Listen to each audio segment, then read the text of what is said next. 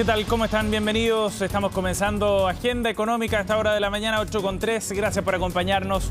Listos para comenzar junto a ustedes una nueva semana corta, ¿no? En este día martes 27 de junio. Vamos de inmediato a nuestros titulares y un adelanto de los temas que tenemos planeados para el día de hoy. Vamos a partir contándoles detalles de la agenda que tendrá el ministro de Hacienda, Mario Marcel, y otros representantes chilenos en el contexto del Chile Day que se desarrolla en Norteamérica. Del día de hoy comienza este evento que lo que busca es atraer inversión, generar mensajes de promoción de Chile como plataforma de inversiones en este contexto bien particular desde el punto de vista económico para nuestro país. Comienza hoy, como les decía, en Nueva York. Mañana se traslada a Toronto. ¿Cuál es la agenda? ¿Cuáles son los objetivos políticos también que llevan los representantes chilenos? Es parte de lo que les contamos en unos minutos acá en Agenda Económica. Por otro lado, también vamos a analizar desde una dimensión económica y productiva, sobre todo, los efectos que ha tenido el sistema frontal acá en la zona centro y sur de nuestro país, zona eminentemente agrícola. Por ahí vienen algunas de las principales preocupaciones de lo que puede haber generado, más allá, por supuesto, de los daños materiales familiares o a nivel personal. Hay una preocupación también desde algunos sectores productivos. El impacto sería, eso sí, acotado, ha dicho el ministro de Agricultura y algunos representantes de los gremios. Ya revisamos más en una nota preparada para hoy.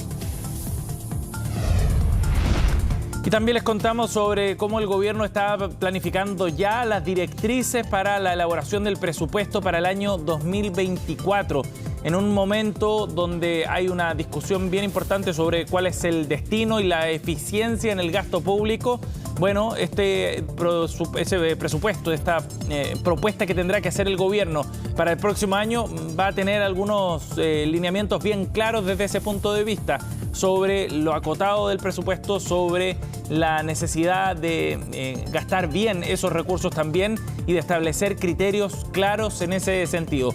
El instructivo es bien preciso y mientras los ministerios ya están trabajando en afinar sus propuestas para esta discusión que comenzará en varios meses más en el Congreso. Los detalles los vemos minutos.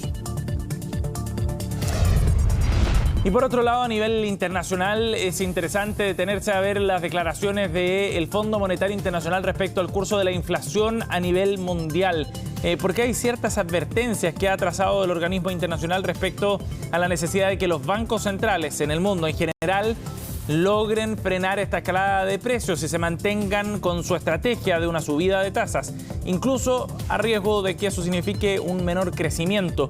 El debate es interesante sobre todo porque se empiezan a ver algunas diferenciaciones en las estrategias que están siguiendo los bancos centrales más importantes del mundo. Ya les contamos sobre qué fue lo que dijo la gerenta del Fondo Monetario Internacional este lunes. Y nos vamos a revisar números para partir el día. Los mercados a esta hora de la mañana, cómo han operado, por ejemplo, las bolsas a nivel internacional, en Europa, en Asia, en lo que vamos a partir revisando a esta hora de la mañana. El Eurostoxx, que pondera distintos indicadores bursátiles del viejo continente, está subiendo 0,05%. Londres a esta hora, en tanto, cae 0,12%. Y el Nikkei, más temprano, ya cerró sus operaciones, cayó 0,49%. Mejor le fue al Hang Seng en Hong Kong, que subió 1,88%. Y los datos en la plaza aquí a nivel local, en el IPSA, en tanto, el cierre para el día viernes fue de una caída bien fuerte de 1,45%, llegó a los 5.679 puntos. El indicador bursátil a nivel local, encabezado en esta caída fundamentalmente por las caídas de las acciones de SL 3,4%, Copec 2,4% y CMPC 2,55%. Por otro lado, el dólar se cotiza a 805 pesos el día de hoy y la UF está en un valor de 36.085 pesos. Bien, y partimos nuestra revisión entonces contándoles sobre este evento, el Chile Day 2023, que se desarrolla en Norteamérica en dos sedes en esta ocasión, Nueva York y la novedad para este año, Toronto, que aparece como la sede para el desarrollo de esta actividad que se hace tradicionalmente desde el año 2009. Cada año, de manera ininterrumpida, incluso en medio de la pandemia se hizo de manera virtual. Y en este contexto político que se está viviendo en nuestro país, va a ser interesante escuchar cuál es el mensaje que llevan las autoridades chilenas, encabezadas por el ministro de Hacienda, Mario Marcel, quien viaja a Nueva York entonces para participar el día de hoy y dar inicio a esta sesión de trabajo en el contexto del Chile Day. Más de 270 inscritos a nivel nacional para viajar a este evento. Se agotaron rápidamente los cupos para poder participar de esta sesión. Es una actividad público-privada, la organiza Invest Chile junto al Ministerio de Hacienda y reúne a distintos tomadores de decisiones en la práctica del sector empresarial, pero también del sector público, que van a conversar sobre distintos temas. Se generan instancias formales, en público, pero también mucho encuentro de pasillo que a nivel político son muy relevantes para poder tomar decisiones respecto al curso de ciertos debates. Por ejemplo, acá en Chile, en torno a la reforma tributaria, un tema que está sobre la mesa, donde el ministro Marcel ha tenido que hacer un trabajo bien específico, uno a uno, con los representantes empresariales, y en ese contexto esta instancia podría servirle para tratar de aunar voluntades en torno a un pacto fiscal.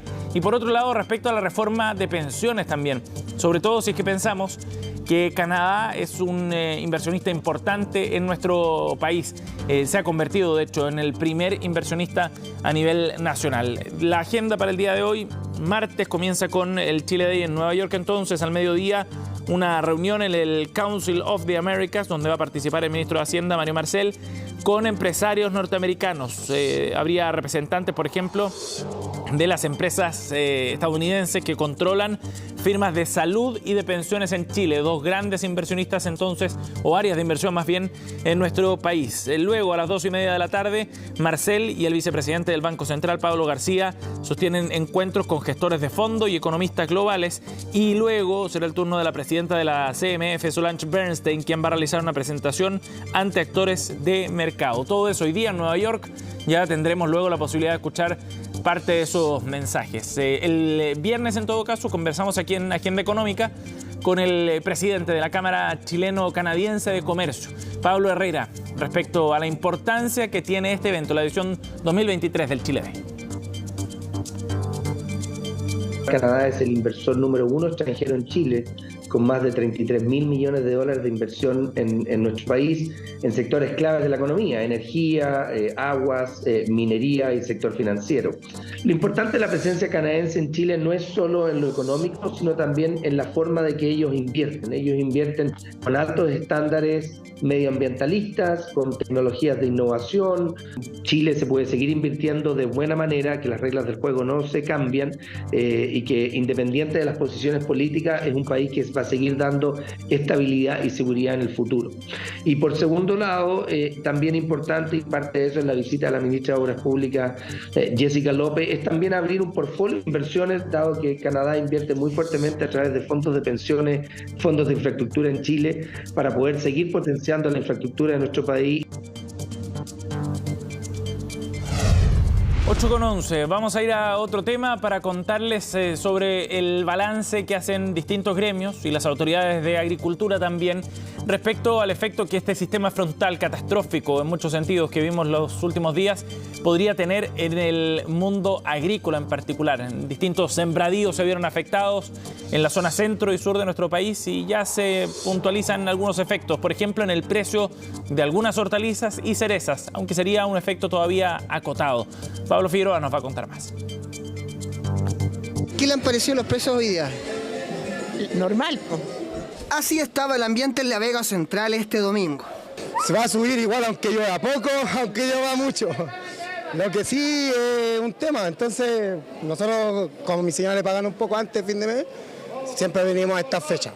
Entonces igual yo creo que la gente, claro que sí va a tener un poco más de temor por el tema de la verdura, ya que va a subir. No había variación de precios sorpresivos, pero ante las situaciones vividas tras la pandemia, en donde hay inflación constante de los valores de los productos, valía la pena preguntar cuál era la realidad y cómo podía afectar el temporal que ha afectado a la zona centro-sur del país a los precios de las frutas y verduras. Mira, la verdad las cosas es que todo se ha mantenido, las lluvias se concentraron en el sur, la producción hoy día viene de Arica, de la cuarta región, y la región metropolitana lo que tiene que ver el brócoli, la coliflor, el repollo, que son zonas de invierno, la acelga, la espinaca son de invierno. Por lo tanto, puede haber una variación porque va a costar un poco más cosechar, pero no más que eso. ¿Suben o bajan los precios? En este tiempo de frío, en invierno siempre es caro. Me refiero al sistema, a los productos de los pimentones, de los tomates, de los zapallos italianos, de los pepinos. Es caro en este tiempo porque en este tiempo de invierno no sale de acá a la zona. Tenemos una oferta importante de hortalizas. ¿Para qué decir la zona poniente de Santiago, que se ha visto no tan afectada como sí se ha visto afectado la zona de Isla del Maipo y también el borde del río Mapocho, la zona de Colina, de Tiltil, de Patusco, son muy importantes la producción de hortalizas. ¿Qué está pasando con las parras? Mire, la altura de las parras. Pero si esto ocurría en la comuna de Independencia, esto pasaba a casi 100 kilómetros del lugar. Campos de cerezos que son pérdida total en la sexta región es parte de la otra realidad. Pero las ruedas ya no se ven ya. Hay lugares en que han llovido 300 milímetros aproximadamente.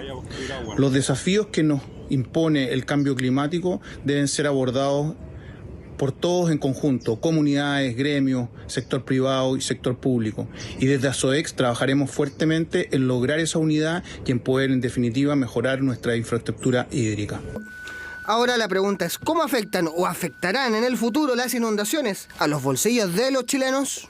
Hay muchos problemas en la agricultura, hay agricultores que lo han perdido todo, pero no hay ninguna razón para que aumenten los precios, de los productos agrícolas, porque la oferta de alimentos no se va a ver afectada. Así es que el llamado que hacemos desde la Sociedad Nacional de Agricultura es a informarse, a cotizar.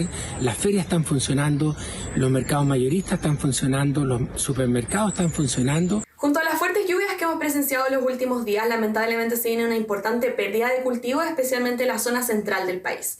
Esto se traducirá en escasez de hortalizas de hojas, por ende veremos un aumento de precio en el corto plazo de alimentos como la lechuga, el repollo, la selga o incluso la alcachofa. La lluvia es un milagro, ahora la catástrofe que ha sucedido es producto a veces que no diseñamos bien las ciudades, y los tomamos los ríos porque no había llovido y todo. Por lo tanto también tenemos una cuota de responsabilidad y yo creo que lo que nosotros como agricultores tenemos que hacer es seguir sembrando. Consejos y perspectivas sobre lo que podría ocurrir con el precio de las frutas y verduras tras un temporal que afectó a varios predios en las comunas de la zona centro-sur. Bien, vamos a ir a otro tema a nivel internacional. El Fondo Monetario Internacional ha puesto el acento y la advertencia también respecto a cuán difícil está siendo enfrentar este periodo de altos precios, un ciclo inflacionario que ha afectado a la economía a nivel global y que ha obligado a los bancos centrales de Estados Unidos, al Banco Central Europeo y en otras partes del mundo a subir las tasas de interés para enfrentar precisamente este escenario. Bueno, la advertencia llegó de la subdirectora gerente del Fondo Monetario Internacional, Gita Gopinath, quien lanzó un mensaje muy duro sobre la marcha de la inflación y que es, como decíamos, el gran desafío que enfrentan las economías occidentales del último año. Ha pedido a los bancos que mantengan la firmeza pese a lo que eso significa también desde el punto de vista del crecimiento. Hay todavía algunos temores que se han ido disipando en el caso de Estados Unidos, pero quizás más latentes todavía en otras partes del mundo respecto a la posibilidad de una contracción económica, una eventual recesión. A pesar de ese riesgo, el Fondo Monetario insiste en que está costando demasiado recuperar el objetivo de precios. Es lo que ha dicho en el foro anual del Banco Central Europeo que se desarrolló en Portugal este fin de semana. El crecimiento podría tener que ralentizarse más, ha dicho Gopinath en el mensaje que ha entregado, y en una línea similar lo que ha planteado también Christine Lagarde, la presidenta del Banco Central Europeo, es que los tipos de interés, las tasas, van a tener que mantenerse en un nivel lo suficientemente restrictivo durante el tiempo que sea necesario, en una mirada también respecto a esta lenta moderación del IPC, que se mantiene, como decíamos, como el gran problema a nivel internacional. El asunto es que estamos viendo o entrando en un escenario donde los bancos ya no todos van al alza en las tasas, sino que se empiezan a aplicar estrategias distintas y diferenciadas. Es cosa de ver también lo que ocurrió con el Banco Central chileno, que ya advierte que en el corto plazo vendrá un recorte de las tasas de interés, a la diferencia de lo que está ocurriendo en otras partes del mundo.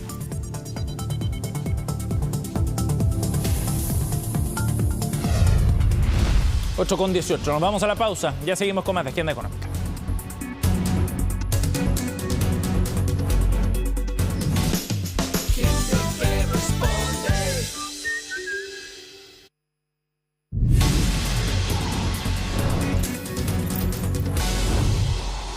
Estamos de regreso aquí en Agenda Económica. Hace algunos días les contábamos que en el Senado de Estados Unidos se puso fin a una larga tramitación de más de 13 años para poder terminar con la doble tributación en las inversiones entre Estados Unidos y Chile.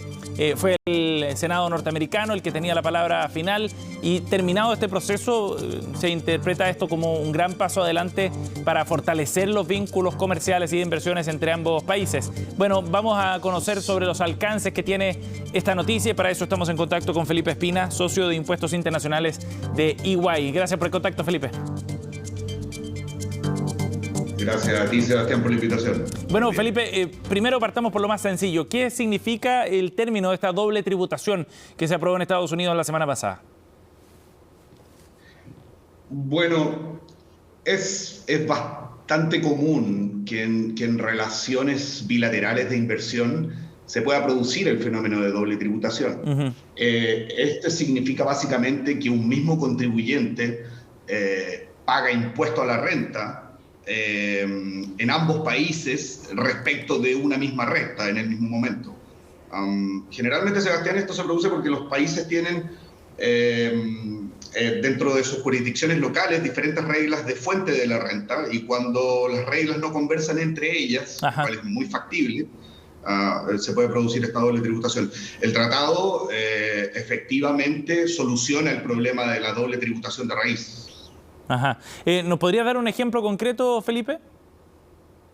Un ejemplo concreto sería, por ejemplo, un pago de servicios con Estados Unidos, en que Chile realmente no hace mayor, tiene una regla de fuente de la renta que es bastante amplia, entonces servicios que sean prestados en Estados Unidos, que sean prestados de Chile, que se pagan de Chile a Estados Unidos, llevan impuestos de retención. Y si esos servicios también están grabados en Estados Unidos, se produce esta doble carga de impuestos, digámoslo así. De acuerdo. ¿Y los métodos que ocupa el tratado, para efectos de eliminar o reducir la doble tributación, es que derechamente le otorga la potestad tributaria a uno de los países de forma exclusiva con respecto a alguna renta, o mantiene la potestad tributaria para ambos países, pero fija límites de tasas de impuestos que se podrían aplicar a determinadas rentas.